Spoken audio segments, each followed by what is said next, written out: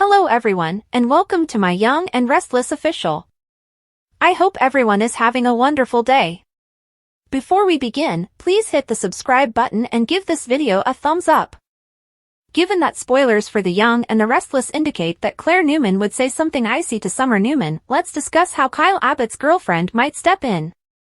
Fans of YNR are aware that Summer has been acting inappropriately lately with her attempts to get back in touch with Kyle and her small jabs at Claire. Kyle doesn't have the right to treat Claire like she's nothing, even though she has shown sympathy for Summer and her family's issues in recent months.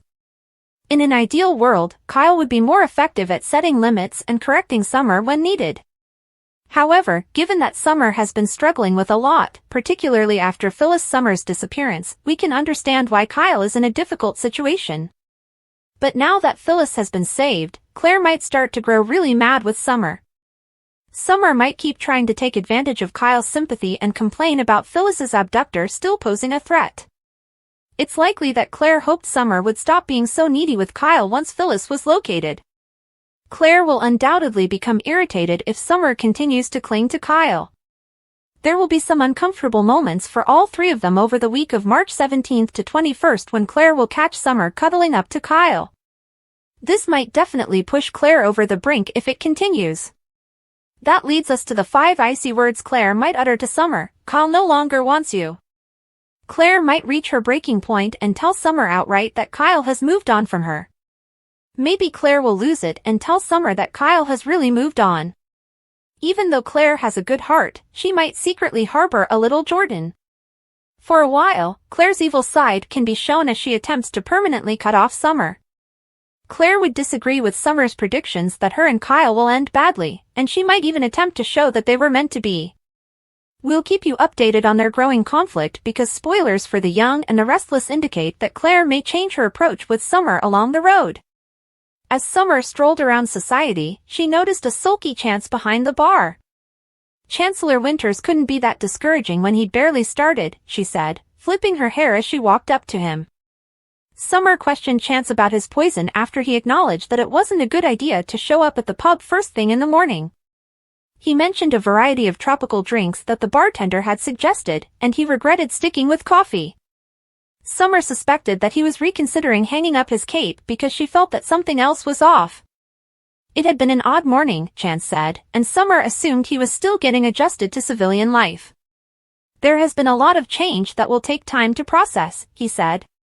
She offered to assist, stating that it would be beneficial to truly experience the role of a rising Chancellor Winters executive. Shortly afterward, Summer came back with a special Marchetti delivery. She gave Chance a shopping bag, revealing that it was filled with brand new ties and shirts. When he inquired about how she had determined his size, she boasted that she was an expert at estimating people's sizes.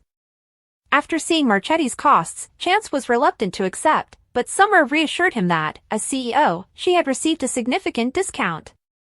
After consulting with Sharon, she offered him to return anything, and he backed off. Chance did not seem like himself, and Summer pressed to find out what was happening. Chance was reminded by Summer that he could tell her anything because they were friends. He assured her that it was nothing to worry about, but she recalled that he had listened to her talk endlessly about her mother and the dissolution of her marriage, and she wanted to repay him. There wasn't much to say, Chance muttered, but Summer had a sneaking suspicion that once he spoke, he would discover that he had much to say. She proposed that they have lunch together. Adam and Nick planned their approach to presenting to Victor at Crimson Lights. Nick imagined their father's astonishment when they nailed it.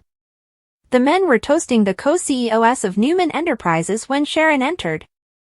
She walked over to their table and exclaimed, without bloodshed and restraining orders, in amazement. Sharon questioned who would provide an explanation and refused to act as though the scene was typical. The brothers gestured to each other. Nick and Adam clarified that they had compelled themselves to find common ground since Victor had instructed them to either get along or find another place to work. They finished their toast without shattering any cups or bones, and Sharon congratulated them and said they were headed for a wonderful partnership. Adam joked that they could trick Victor if they could trick her. They appeared ready to do big things together, Sharon observed. Sharon wished Nick and Adam luck and they agreed to meet at the office later. Adam joked that since they had each other, they didn't require luck. The brothers agreed that the comment had been too much, and Nick winced. Nick reflected after Adam departed that he had never imagined the day he would be collaborating with Adam. When one is on the correct path, change is good, according to Sharon, and there were indications that Nick and Adam were headed in the right direction. She was searching for her own signs, Nick surmised. The day prior, Sharon told Nick that she and Chance had split up. Nick, who was taken aback, said he had assumed everything was going well. She acknowledged that it had been beautiful while it lasted, but she was aware that Chance would eventually seek a committed commitment. Sharon thought that her days were busy and exciting because she was going to start a new company. A part of Nick wished he could be a part of her accomplishment, but he was certain he was where he needed to be. He felt Sharon wasn't giving herself enough credit, but she gushed that without Nick's assistance, she wouldn't have made it this far. He was excited to see her at the launch party in all her splendor and admired her for managing her business her way. Nick expressed worry about Sharon's ability to manage work and life, and he made a joke about how fortunate she was to have no choice but to give up her romantic life. Sharon was certain that love would find her again and vowed to never give up on it. She went on to say that she wasn't in a rush and that she would know when the proper man was available. Nick asked Sharon if she was certain that man wasn't Chance. Although Sharon acknowledged that Chance was entertaining, humorous, and nice on the eyes, she didn't want to repeat her previous mistakes by persuading herself that a relationship was more than it needed to be. She refused to settle for anything less, and she felt that she and Nick were fortunate to have experienced what it was like to have had the real thing. She declared that she was already enjoying the time of her life and looked forward to managing her business in the interim. With the launch coming up, Nick begged her to tell him everything she was working on, and she gladly complied. Ashley was astounded to see Cole seated at a table when she stepped onto the coffeehouse terrace. She recalled an instance in which he had attempted to persuade her to accompany him to Oxford. Cole pointed out that just the night before, Ashley had been prepared to do anything to keep their marriage together, including having a child, even if she felt that their time together would be better spent apart. He reiterated that he was open to the concept in the future, but she remembered that she had turned it down. He had a feeling she was turning around for another purpose. Ashley chastised Cole for discussing his desire to start a family in a private talk with Victoria. Ashley explained that if it had been a one-off event, it wouldn't have been a huge concern, but he had a stronger link with his ex-wife than Ashley could handle. Ashley walked over to Cole, who hugged her and said she looked even more stunning than before. She wondered why he was back in town, thinking that it was a face she had never expected to see again.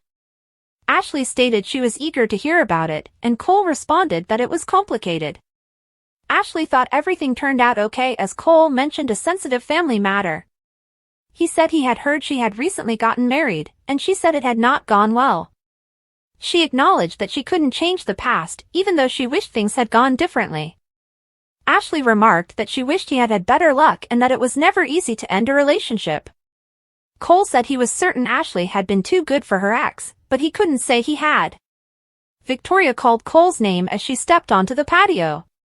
Ashley highlighted the familial issue Cole had brought up, expressing astonishment that Victoria and Cole had stayed in contact.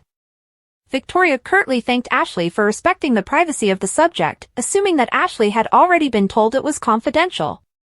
Ashley bid Cole farewell with a hug before entering the coffee shop.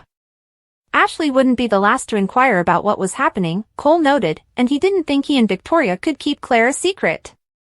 Cole argued that revealing the truth to everyone was the first step in releasing them from Jordan's grip, despite Victoria's commitment to do everything it needed to protect their daughter's privacy. Victoria disclosed that Claire had requested that she and Cole stop going. According to Victoria, Claire had told herself that she didn't deserve their assistance because of everything she had said and done, and she felt a great deal of remorse and humiliation. Victoria emphasized that it didn't make sense to Claire that they cared for her when she loathed herself, even if Cole pointed out that Jordan had made Claire do those things. Victoria went on to say that Claire had discovered that it was unsafe to rely on anyone and that the harm could not be reversed in a single day. After being repeatedly told that she had been rejected, Victoria felt that Claire needed time and love. No matter how long it took to get through, Victoria promised to never stop telling Claire that they cared. In order to show their daughter what life may be like for Claire, Victoria wanted to know everything about her. Cole promised that he would stop at nothing to communicate with Claire. Despite being a new parent, Victoria commended Cole for being dependable and comforting. Since baby Eve had been his only child, he acknowledged that he had no idea what he was doing. "When I looked at Claire, I couldn't help but see what I'd missed," Cole whispered. If he had known Claire had survived, he saw giving her everything, and he wished he had had the opportunity to do it correctly the first time. After receiving a call from Memorial, Victoria found out that Claire was interested in seeing them. Cole eagerly anticipated another opportunity to assist Claire, so they left. Victoria and Cole showed up at the mental health center. Cole reassured Claire that everything could proceed at her own pace and that there was no pressure. Claire insisted that she couldn't have them in her life and underlined that she hadn't altered her opinion. Victoria acknowledged that Claire's decision to call them back had likely been unsettling, but she assured them that they would always support her. Cole declared that he had never desired that and never would, despite Claire's repeated insistence that it was better for everyone to forget she was ever there. Cole proposed that Victoria and he observe a session so that they could hear Claire's thoughts in a secure setting. Claire wanted only one thing and would rather concentrate on her future. Claire revealed that she had already discussed it with Michael and her therapist. She also declared that she needed to confront Jordan in order to express her feelings to her aunt directly. Claire was adamant that she had to do it or else there would be no chance for her to recover and move on. She inquired as to whether Victoria and Cole could pull it off. Adam saw a jolt in Sally's step as he ran into her in the athletic club lobby. He affirmed that he was extremely glad because his life seemed to be improving, and she noticed the same thing with him. Although she had to delay their supper that evening for a valid reason, she claimed that hers was as well. He offered that he share his good news with her as she shared hers with him over lunch. Even though breakfast was the safest meal, Sally said during lunch that lunch was a better choice than dinner. "It depends on the evening before," Adam retorted, recalling that they had attended a number of provocative brunches and breakfasts. She said that after-dinner cocktails led to risk, such as dancing, when he asked her to educate him about the hidden dangers of feasts. When Adam brought up her positive news, Sally revealed that she had acquired 3 new customers. "Is there a special reason why his life is going well?" she asked. He attributed the remaining 25% to something else and the remaining 75% to her.